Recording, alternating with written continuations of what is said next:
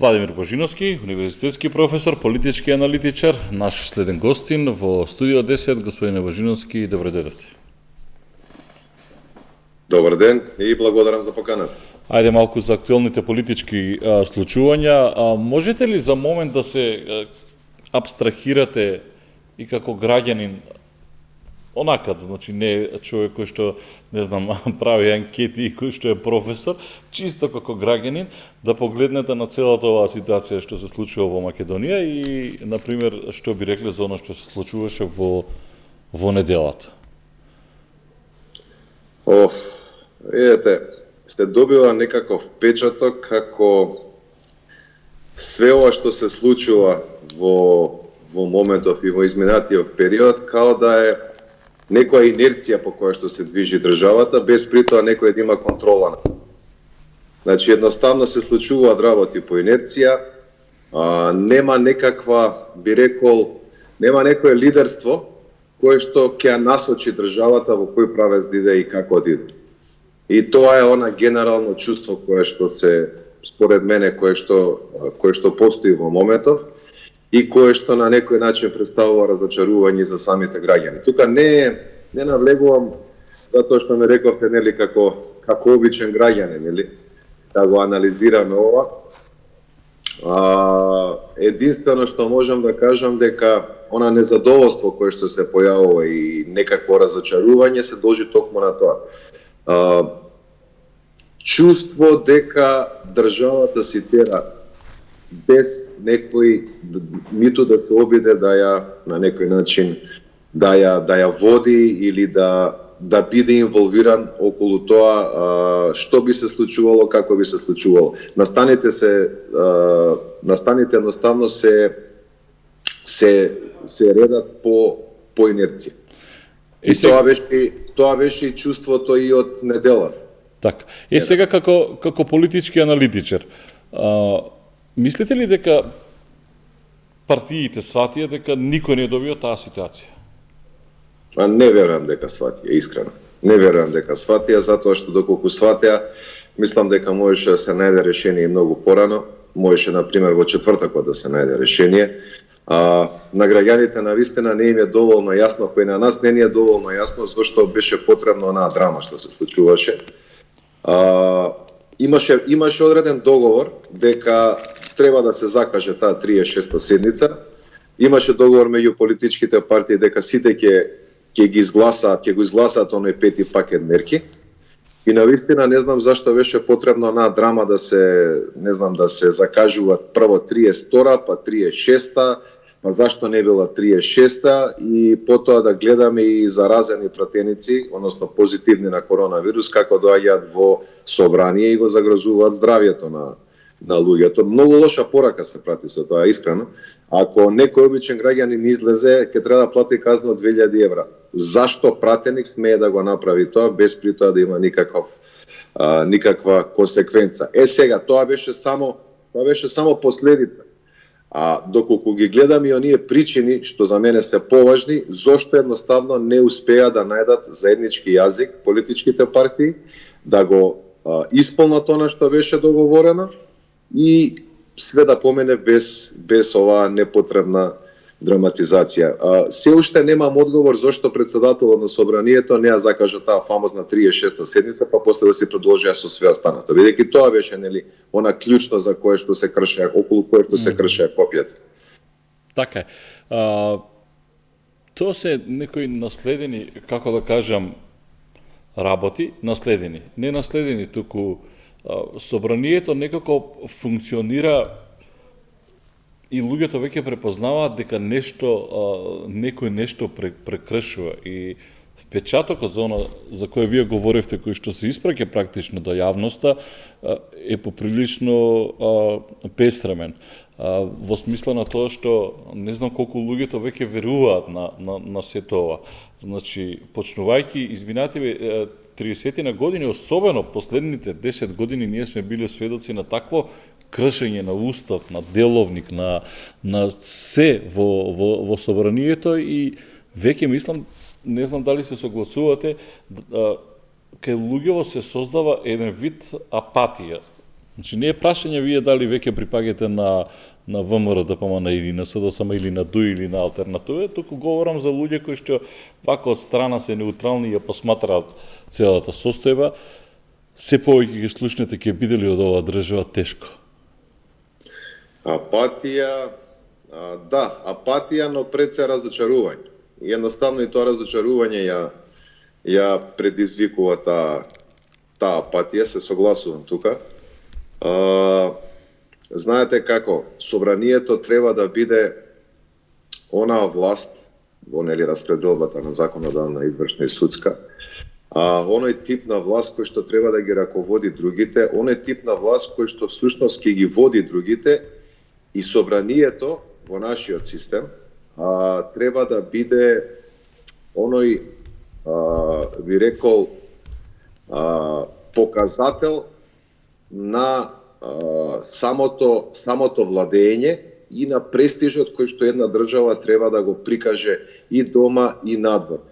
Во парламентарните, иако не имаме некаков мешовит систем, но сепак ингеренциите се пред секај собранието, председателот има многу помалку ингеренции, значи видете како функционира системот во Британија на пример. Таму парламентот има еден престиж кој што е поголем и од престижот, да кажеме, на премиерскиот кабинет. Кај нас собранието е доведено на еден, да не кажеме беззначајно, еден маргинализиран инструмент на извршната власт, која и да е таа. Кај нас никогаш не се гледа, значи, не се перцепира власта преку собранието, туку секој се перцепира власта преку извршната власт, односно владата. И тоа покажува дека оној престиж кој го имаше собранието, например, од 90 до 94 сега е сведен на едно маргинализирано тело кое служи за исполнување на одредени политички агенди пред се на власта, но и на сите политички актери кои што имаат таму представници. Така да целиот тој престиж е изгубен и едноставно довербата во тоа собрание е намалена, да не кажам исчезната. А видете, собранието е представничкиот дом. Всушност, суверенитетот кој што секој граѓанин го делегира на парламентарните избори, го делегира врз неговите избрани представници, односно пратениците, и затоа собранието всушност треба да биде она кое што го артикулира мислењето на граѓаните и на општеството. Но толку е тоа маргинализирано, знаете како, пратениците, повеќето пратеници веќе не се народни представници кои што ја артикулираат волјата на народот, туку повеќе се роботи кои што гласаат тоа што ќе им каже некој друг. За жал. Да, имам впечаток дека голем дел од пратениците не ни сваќаат дека тие се таму за да видат надзор или контрола на извршната власт и се однесуваат онака како што ќе им свирне практично лидерот и дека така треба да се однесуваат. Ова важи и за опозицијата и за власта. Сите некако така се однесуваат. Јас не знам дали решението во отворените листи и не верувам дека било кој од пратениците се согласува со одредени политики. Знам своевремено дека гледавме ние закон за енергетика, например, доставен во собранието, него ни прочитал пратеникот за да види за што станува збор. Карикирам. Освен неколку пратеници кои што се координатори или лидери на пратеничките групи, другите ви кажав, се добива чувство дека само стискаат за, против и во однос на закони, во однос на избори, на одредени тела и тоа е тоа. Знаете како, едноставно личниот авторитет на пратеникот и функцијата пратеник е доведена на ниво на некаков обичен чиновник или административец административец почетник да го наречеме. Каде е изборот, искрено да ви кажам, не знам, но можеби доколку се донесе одлука за, например, не знам, промена на начинот на избор на пратеници, наместо во 6 изборни единици да биде една изборна единица, со определен прак, но прак кој што може да се постигне, да кажеме, па да влезат и некои други субјекти, малку да се разигра, условно кажано, собранието.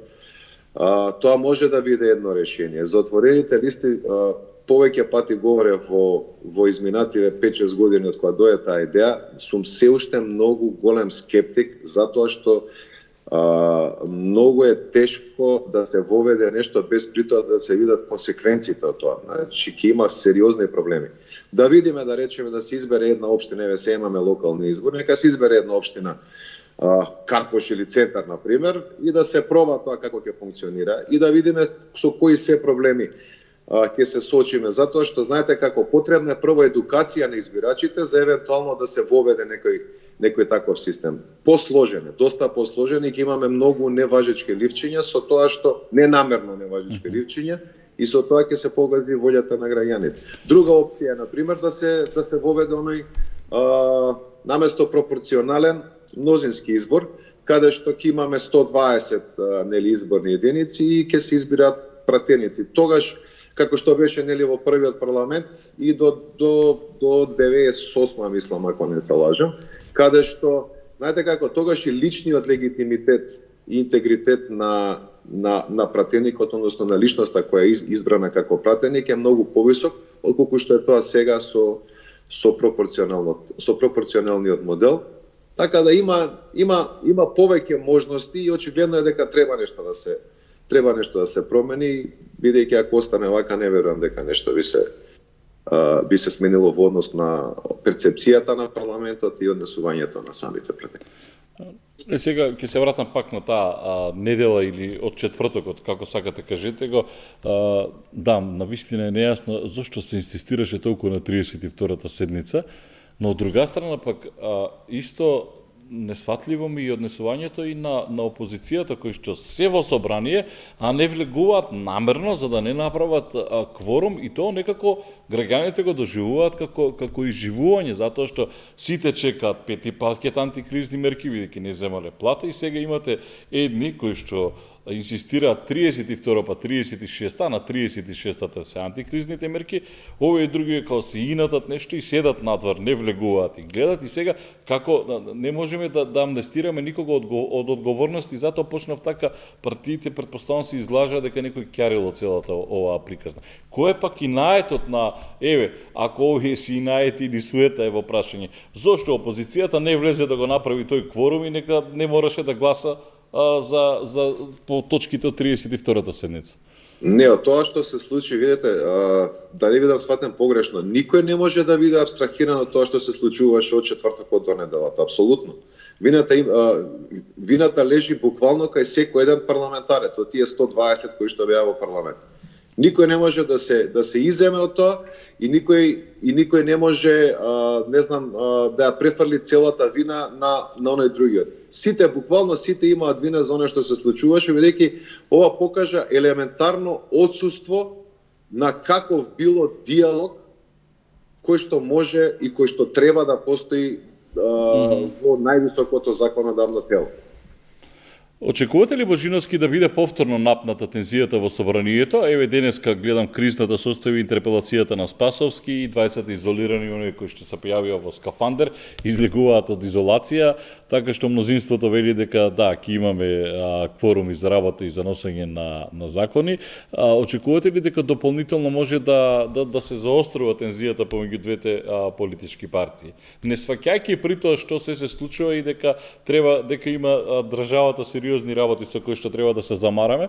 Ако го мислам на државата, мислам и на власта и опозиција. Овде, например, ќе го споменам нон-пейперот за кој што разговаравме со господинот Ризван Сулеймани предходно. Видете, за да има некаков напредок, треба да постои едно елементарно ниво на консензус. И за да постои елементарно ниво на консензус, треба да има некаков политички диалог. Во моментов, она што го гледаме, отсуство на таков диалог, односно не постои политички диалог, едноставно секој си тера на своја страна. Има многу причини за ова што се случува, но пак ќе се вратам на она што го говоревме, мислам и со вас говоревме уште во јули или во август, после изборите 2020 година, кога мојата теза беше, ако не се формира, односно доколку не се формира некоја поширока влада, која ќе вклучи повеќе пратеници, кој да ја направи новата влада, дали ВМРО, ДПМН или СДСМ, ќе се соочи со несогледливи, со проблеми кои што може да донесат несогледливи последици. Ова гледаме дека се случува и едноставно све ова што се случува е директен производ, односно директна последица на создавање на таква некоја влада која што има едва еден или двајца пратеника мнозинство. Ова ви го кажувам, ова е директна последица на тоа. Инаку индиректни последици има многу и тие можеме да ги вараме од 90-та година и од 90-та година навакам. Веќе спомнавме неколку, нели? Но она што е неопходно е да се прифати, да се свати дека вака не се тера, вака не може да се оди, нека седнат, нека се договорат политичките партии да се направи, би рекол, еден договор кој што ќе обезбеди функционален парламент, а со тоа ќе обезбеди функционална држава. Нешто тука мора да се смени. Дали ќе има некаква поширока коалиција, дали ќе идат повторно на некои избори, не е битно, но она што е значено за нас како граѓани е да имаме функционален парламент.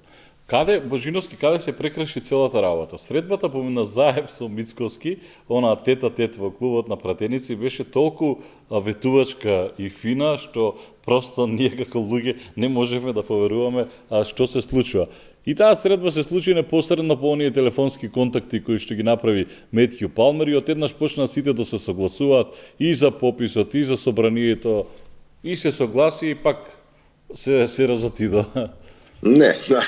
Видете, тоа беше повеќе адхок некое решение, мислам. Едноставно, тука немаше време и консеквенциите од одржување на тој попис во сред трет бран на пандемијата ќе беа страшни. Мислам, иако ние веќе имаме страшни последици, ќе беа уште пострашни, но да, предпоставката беше дека тоа е еден добар почеток, како што сите изјавивме нели на времето. Но најверојатно дека тоа беше добар почеток и добар крај, очигледно. Значи, она се уште е присутно она отсуство на елементарен диалог. Не можеме да очекуваме дека нешто ќе се промени доколку не се седне на маса и не се поразговара околу важни стратешки прашања и да се донесат, се разбира, одлуки кои што ќе бидат на некој начин почитувани и поддржувани од мнозинството. Ако не од сите, барем од мнозинството, тука не мислам на парламентарното мнозинство, туку мислам генерално на мнозинството од политичките партии, особено од оние што се најмокни политички партии, има немногу пратеници во парламентот. Ова го говорам не само од аспект на состојбата и она драма која што гледавме, која што видовме во неделата, туку ова го говорев нели и на времето и околу преговорите со Бугарија, околу национални ставови за тоа што е прифатливо, што е неприфатливо, дали воопшто треба да се преговара. Значи има многу стратешки прашања. Еве ако сакате и за овој non-paperот за кој што се уште не знаеме дали постои, дали не постои, кој го пратил, како го пратил. Тоа не е важно. Нас што не интересира е да седнат сите политички актери и да дадат едно свое, би рекол, заедничко соопштение во кое што ќе поддржат целовитоста нели на државите кои што се од Балканот, кои што беа споменати таму, нели евроатлантскиот пат, односно евроатлантските интеграции и ќе покажат една, би рекол, хармонија во однос на такви стратешки надворешно политички прашања. И тоа, пазите, ова е можеби наједноставно да се направи, затоа што сите генерално се согласуваат со ова што сега го кажа. Проблемот е што се исполитизира тоа. Значи, се направи обид прво некако да се вмеша опозицијата дека они имаат некаква одговорност за тој нон-пепер, нели се споменуваше нешто дека таму бил споменат и Никола Груевски или дека не знам тоа е од Јанша, па Јанша бил пријател и така натаму со опозицијата. Што има врска опозицијата со тој нон-пепер? Значи, се поврзуваше оската на Јанша со Орбан и со Груевски, така ја поврзува. Ама видете, обидот на некој начин да се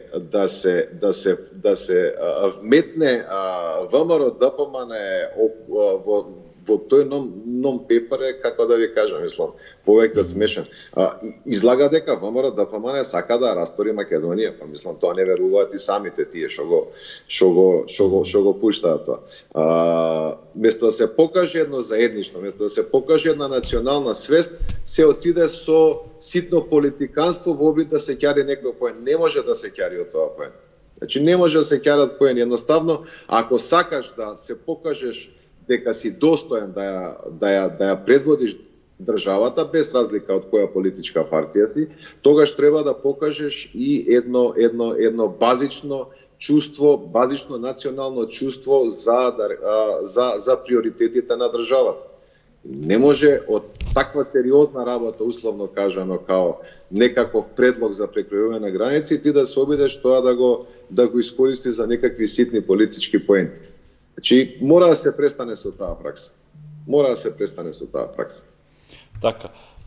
Малку да се осврнеме и на ситуацијата во Бугарија, особено откако бугарскиот претседател Румен Радев соопшти дека според уставот на Бугарија партијата ГЕРБ, поточно на поранешниот министер за надворешни работи Даниел Митов, му го врачи мандатот за формирање на новата бугарска влада. Што можеме да очекуваме Божиновски сега во однос на бугарското прашање? Не знам дали ме слушнавте, бидејќи видов дека за момент се изгубивте нели по врачувањето на мандатот на Митов. Не, слушнав, не е проблем. Видете, ќе го кажам на истото што го кажувам изминатите неколку месеци, не може да очекуваме ништо. Значи и пред изборите, иако кај нас се направи некаков обид да се прошири оптимизам дека не знам ќе бидат изборите во Бугарија, ќе завршат и тогаш најнаш све ќе се смени. И тогаш тврдев дека не е така и сега го тврдам истото. Значи Бугарија не вовлече во една состојба која што нити беше предвидена, нити беше планирана, но беше очекувана барем од оние луѓе кои што ја пратат политиката. И јас затоа сум, искрено ви кажам, гневен едноставно, зашто ова не беше предвидено уште од преговорите со Грција. Вие не можете да очекувате дека без да имате одредени гаранции дека после договорот со Грција ќе започнат преговорите, вие не можете да очекувате дека Бугарија само ќе се седе на страна, иако знаеме дека во изминатите 8 до 9 години они се појасно и појасно ги покажува своите амбиции дека всушност сакаат да ја заменат Грција по решавање на проблемот со Грција, односно еве со Грција завршивте, сега ние сме наред. Така да тука е проблем кој што според мене може да се реши само со игнорирање, односно прекинување на какви било обиди да се преговара за нешто за кое што воопшто не требаше да се преговара. Значи, нашиот наратив не треба да биде ние ќе најдеме решение со Бугарија. Нашиот наратив треба да биде ние треба да почнеме преговори со Европската Унија како што ни беше ветено и поради кој што беше и потпишан тој Преспански договор, а во меѓувреме ние ќе си разговараме со Бугарија во однос на оние разлики, значи на билатерално ниво, во однос на оние разлики кои што постојат.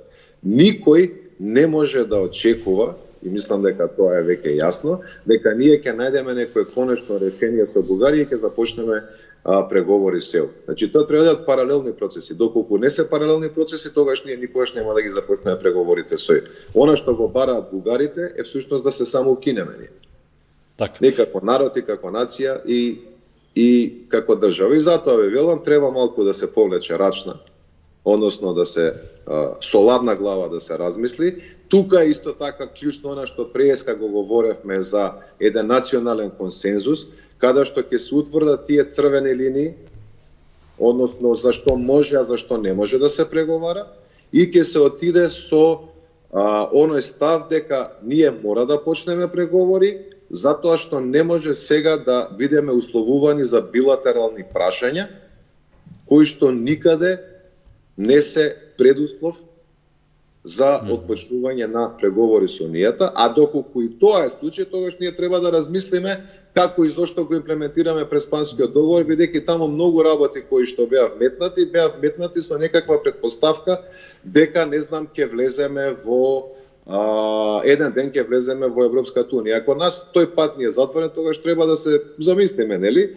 дали воопшто вреди да се имплементираат одредени ставки од тој договор, и на некој начин со тоа да се покаже, да се даде некаква, би рекол, некаков поттик и на самата ЕУ и на Грција малку повеќе да се ангажираат во ова што не го прави Бугарија, затоа што сега впечатокот е дека пред Преспа дојдоа сите, завршете го договорот и све, не знам, после ви е патот отворен, веднаш ќе почнете преговори, за сега сите едноставно да се абстрахираат, не знам, јас решите си го проблемот со Бугарија. Не е фер кон Македонија, искрено. 30 години веќе така е место, не е фер и мислам дека мора да кажеме стоп, окей, ако не сакате воју, не сакате, не е проблем, кога ќе не сакате, ние сме спремни, ќе работиме на сите оние демократски процеси.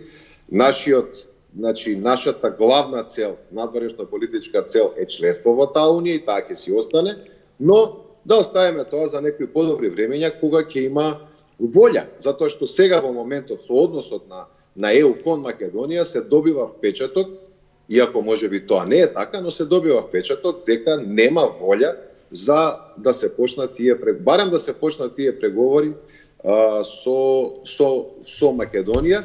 И видите, тоа е генерално и лоша порака и за целиот регион, нели, на Западен Балкан. И од аспект на тие европски перспективи и особено, нели, после оваа состојба која што настани со вакцините, многу се очекуваше, нели, од ЕУ и во однос на помош за вакцини, за справување со ковид. Не беше тоа испорачено. Комплетно потврлање кога е солидарноста во прашање. Така да, како да ви кажам, се добива еден впечаток дека во моментов сме некако заборавени и дека што и ние да направиме, никој нема да биде премногу заинтересиран околу тоа. Така да треба да се седне, да се разговараат овие прашања внатре, да се донесе еден консензус и потоа да се продолжи без при тоа некој да се обиде да изиграва политикант и да се обиде за некои ситни политички поени да искористи нешто кое што е од суштинско значење за државата. Како што беше, нели, ова со нон-пеперот, бидејќи на тој начин се создава разногласие. Значи, како да ви кажам, не смееше да се дозволи за нон-пеперот да се направи обид тука да се прилепи опозицијата и не знам власта да се обиде да ќари некакви политички поени. Не. Добро, не остана должен ниту Мицкоски и тој се слушнал со Јанша, али ама видете, кога ќе тргне веќе, значи видете, имате информација, ако таа информација значи информацијата за нон-пепер, ако таа информација се прифати на начин кој што ќе покаже еден цврст, еден сигурен национален став во однос на тоа прашање, тогаш вие нема да имате проблеми. Ако некој се обиде да го искористи тоа за некои ситни внатрешно политички проблеми, тогаш тоа едноставно тргнува во сосема друг правец и потоа само се напластуваат проблеми. Божиновски мора да завршуваме. Ви благодарам што бевте дел од студио 10. Благодарам на поканата. Владимир Божиновски, политички аналитичар, универзитетски професор, наш гостин во финалето од студио 10.